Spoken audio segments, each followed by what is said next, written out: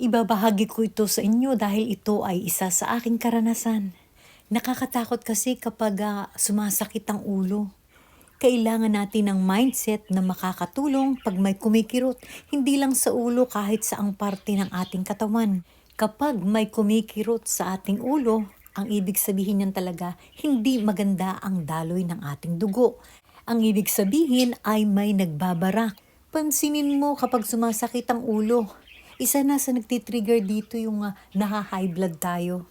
At ang hirap pa sa atin kapag sakit-sakit lang paminsan-minsan, hindi natin to pinapansin at umiinom lang tayo ng pain reliever. Actually, kapag nagpa-check up tayo, ang binibigay lang ng mga doktor ay pain reliever. Kung kaya yung iba, hindi na rin nagpapa-check up, bumibili na lang din sa mga drugstore ng mga pain reliever.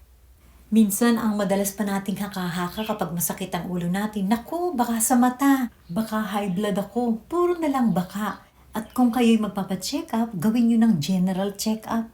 At sa sobrang daming ng ugat, malaki at maliit, hindi na natin alam kung alin dyan yung nagbabara.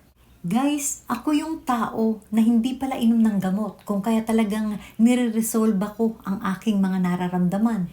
Ito yung 3 klase ng oil na napakadulas. Para lang din tayong makina na kailangan natin talaga ang oil. Simulan nyo na ang pag-inom nito araw-araw. 1 kutsara sa umaga at 1 kutsara sa gabi. At tulungan natin ang paggalaw ng ating katawan. Tingnan nyo ang magiging resulta nito. 1 week lang, mararamdaman mo na talagang ibang-iba na yung iyong health. Ibang-iba na yung sigla ng iyong katawan. Ipagpatuloy lang ninyo ang pag-inom nito araw-araw. At kung kayo naman ay walang mabibili ng ganitong mga klase ng oil, ay pwede na lang kayong gumawa ng coconut oil. Ito napakaganda guys. Kung mabigat ang inyong pakiramdam, dito gigising kayo ng napakagandang gising.